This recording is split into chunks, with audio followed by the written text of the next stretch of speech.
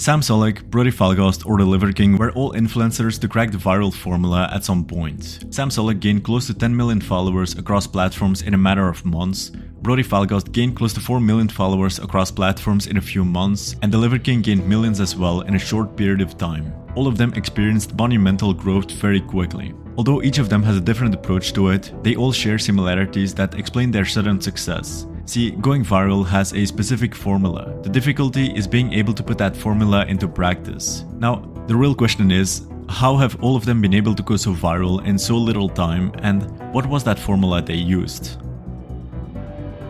Every viral video has one thing in common. It elicits a strong emotional reaction. The emotion itself doesn't really matter, it is the degree at which this emotion is activated that matters most. Making someone laugh can get traction, but making someone laugh very hard will often get more traction. That in principle works with sadness, anger, fear, curiosity, calmness, and so on. But it is the intensity at which this emotion is raised that is important. In many cases, negative emotions tend to grab people's attention more, but positive ones leave people in a better mood, which they will associate with the content. Negativity is something you'll mostly see with the news. There's a lot of fear-mongering that is being used there. Positive emotions are also used, but in different scenarios. Take Brodie Falgoust as an example. His skits are very humorous and bring people in the fitness industry who recognize those scenarios a lot of joy. There is a lot of comedy in those videos. Sam Sulek brings people a lot of calmness and peace with the unedited, raw content of him. It feels like a place where people can relax and have a good time away from stress and other hyper-stimulating content. Liver King could bring people feelings of disgust by ingesting raw liver and testicles, or feelings of cringe by walking around in the streets shirtless and screaming around. Subprimal, subprimal, subprimal, subprimal, subprimal, the epitome, the king of subprimal, right here. The point is that creating emotion in people is the basis of any success story, and without it, no videos, stories, or any product or company will succeed. But within emotions, there is one specific emotion that deserves more attention than others. Maybe as important as eliciting an emotion in someone is creating relatable content. Something we see over and over again with success stories is this aspect of relatability. Take Sam Sulek as an example. Many people can not only relate to his lifestyle, but to his environment as well. He doesn't live in fancy apartments or houses, and he doesn't live an extreme lifestyle. He's simply a normal guy sharing his life and thoughts. I think it's very relatable. If you think about how many men are in a similar situation to him. Taking a different approach to relatability is Brodie Falgoust. People don't relate to his lifestyle, but the scenarios he creates in his videos. He's recreating events or things many of us experience in the gym, or things that have to do with fitness. And by the amount of variety he has, he's able to relate to lots of people. In addition, it feels like a TV show, where you get an insight of people's real thoughts, which makes you relate not only to the situation, but to the characters as well. You create an emotional connection with them. A mistake many influencers make is removing this aspect of relatability in their content. When a YouTuber starts off very small in his apartment, and once the success comes, he moves to more expensive places, does more outlandish stuff in his videos, and so on. That's when this aspect of relatability disappears. I remember when I started the YouTube channel, like everything was really basic. I was in, it was a terraced house in Newcastle. I was doing my meal prep video in a pretty shabby kitchen. My pots and pans were all completely fucked up. Like there was no lubrication on it. It was just sticking to everything. And people loved that because so many people could relate to it. And I remember the moment I kind of moved away from that, staying in more fancier places when I upgraded to my apartment in London, and I left London and came to Dubai.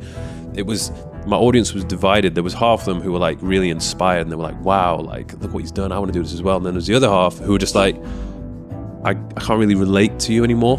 Being relatable in your content is very good because of the emotional connection you create with viewers. But of course, creating emotion isn't the only aspect of viral videos. Any figure you look up to has a factor of credibility or authority supporting their message. The good or bad part is that the authority and credibility of an influencer doesn't have to be real, it can also be perceived. When people have an imposing MD or doctor next to their names, or look the way you wish to look, they're adding to this perceived authority and credibility. Influencers might also have social proof, which is the belief that the majority always knows better, which tends to add a lot to this perception of authority. Just because they have a large following, their message is taken more seriously.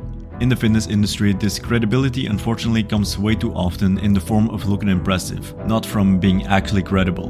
Look at whoever you want. Most will look very impressive. Sam Sulek wouldn't nearly have as much success if he was natural and looked less impressive.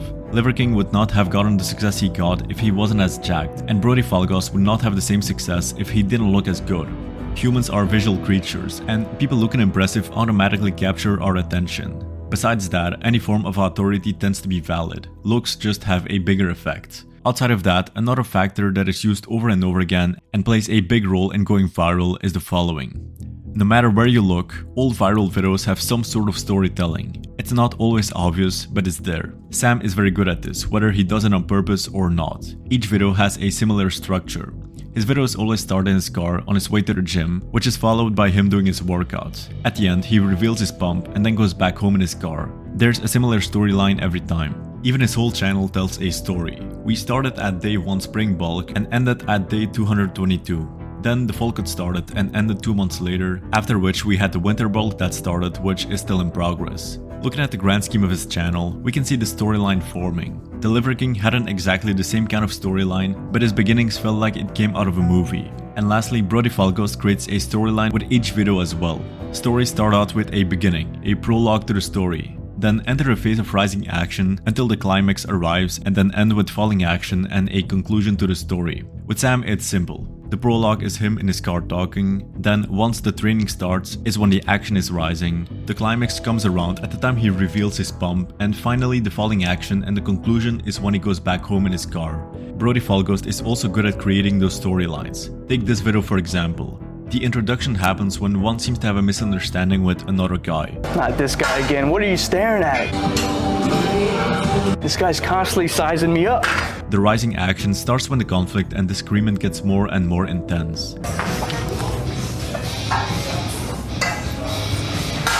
Honestly, I just stare at him because he has an immaculate physique, like literally my dream physique. What was he saying about me? Was he talking shit? Was he plotting to poison my shaker bottle? Oh, I can't stand that guy. You know he's my gym enemy, right? He's actually a great guy. He's actually a great guy? Yeah, okay. I'll believe it when I see it. And the climax arrives as when both are confronted. What you gotta say? Come on, say it. Finally, I've been waiting for this moment. Come on, say it. What you gonna say? Just want to say you had a really nice physique. Who, me? Yeah. Stop it. Hey, I'm trying to get like you. Hey, actually, I was just telling them guys over there, hey, I'd love to be friends with that guy. He has a great physique. I'm trying to get like him. Dude, I appreciate that. Absolutely, man. What a guy. Once that misunderstanding was solved, we arrived into a phase of falling action and a conclusion where both actually really liked each other. He's a great guy. He really is. He complimented me. Hey, I think we're going to be great friends. We're actually going out to lunch later and yeah, I invited him to a wedding. Stories have always been told for thousands of years, but besides storytelling, there's still a few important factors to their success. Any content that goes viral has an illusion of value. Basically, people exchange their time if they feel like they get more value in return for watching that video. It's a deal that people make, and the higher the perceived value, the more likely they are to watch that video. Just like a person would be more likely to buy something if it has 2 bottles plus 1 free instead of 2 bottles alone. That value people see in content can, just like perceived authority, come in many forms, but the issue is that this perception of value is very subjective. Usually, if people get a strong emotional reaction, they perceive that to be a lot of value. If people get a lot of information, they perceive that as value. If people feel like they're going on a journey with you, they feel as if they're getting value. If a title makes people very curious, they expect to get a lot of value from it. Some channels like Josh Brett or James Janney create an illusion of scarcity by not posting very often, which in turn creates an illusion of value. Channels like MrBeast focused heavily on the extreme side of entertainment. The quality of the content could also be perceived as value. Anything that gives an illusion of value to the viewer is important, and the stronger that illusion of value is, the more likely people are to watch the video. But there's still one last part to this equation. As humans, we crave and seek novelty. It's something that is hardwired in our brains. Outside of the many things used to keep you hooked, social media also uses a lot of novelty. You are constantly hit with new and different content. We're constantly hit with new stimuli every time we scroll to a different post. This concept happens to apply to new content styles as well. YouTube had become very stimulating. Every piece of content tried to become more and more stimulating to keep the viewer hooked. It became a game of who can edit the best and make viewers the most addicted possible. What Sam did was the complete opposite of that, going to unedited, raw content with minimal editing and stimulation. It gave a refreshing feeling, something new that people hadn't seen in a long time. The Liver King was very unique and unexpected. Some jacked bearded man screaming on camera and eating raw liver. Talk about something novel and unexpected. Brodie Falgoust as well. We had never seen these types of skits before. The Office, but in the fitness industry. Each brought something completely new in their own way, and combined with all the other factors, we can better understand how each of them experienced this kind of rapid growth on social media. Now, although they didn't all use these principles to the same extent, there is no real need for that. Often a few of them suffice to go viral.